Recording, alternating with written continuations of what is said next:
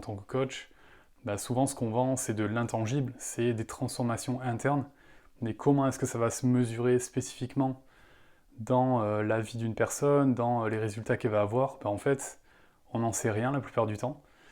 On peut simplement faire des hypothèses et je vais t'expliquer comment est-ce que tu peux valoriser ton travail parce que je sais que ça peut être souvent compliqué du coup de voir la valeur de ce qu'on propose en tant que coach. Ce que tu as besoin de comprendre, c'est qu'il y a une différence fondamentale entre le coaching et le consulting. C'est que quand on est consultant, on vend une méthode, une approche rationnelle, étape par étape, c'est pragmatique.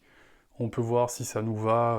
On va surtout être intéressé par les résultats parce que ça va faire gagner du temps, de l'énergie, des efforts, de l'argent potentiellement, ou ça va faire éviter d'en perdre aussi également. Et donc tu vois que c'est très concret, très mesurable. Et en coaching, c'est un petit peu différent parce que comme on l'a vu, on vend avant tout de l'émotionnel, on vend une expérience. Et quand on y réfléchit, en fait, la plupart des personnes qui font appel à un coach, c'est des personnes qui sont pas conscientes elles-mêmes de quoi elles ont besoin. Elles n'ont pas de méthode, elles ont testé plein de choses, mais elles sont dans la confusion en général.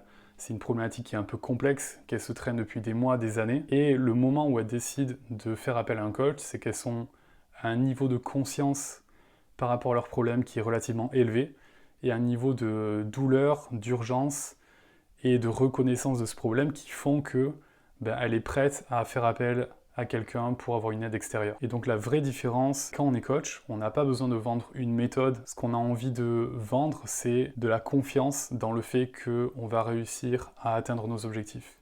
Même si le comment n'est pas encore clair. Et cette confiance-là, que ce soit dans nos capacités, mais aussi dans le coach avec qui on a envie de travailler, elle se construit par la relation. Et donc ça, tu peux pas y échapper. Contrairement à une méthode ou une formation que tu vas avoir, tu sais ce que tu vas acquérir, c'est facile, c'est mesurable, on peut se le représenter.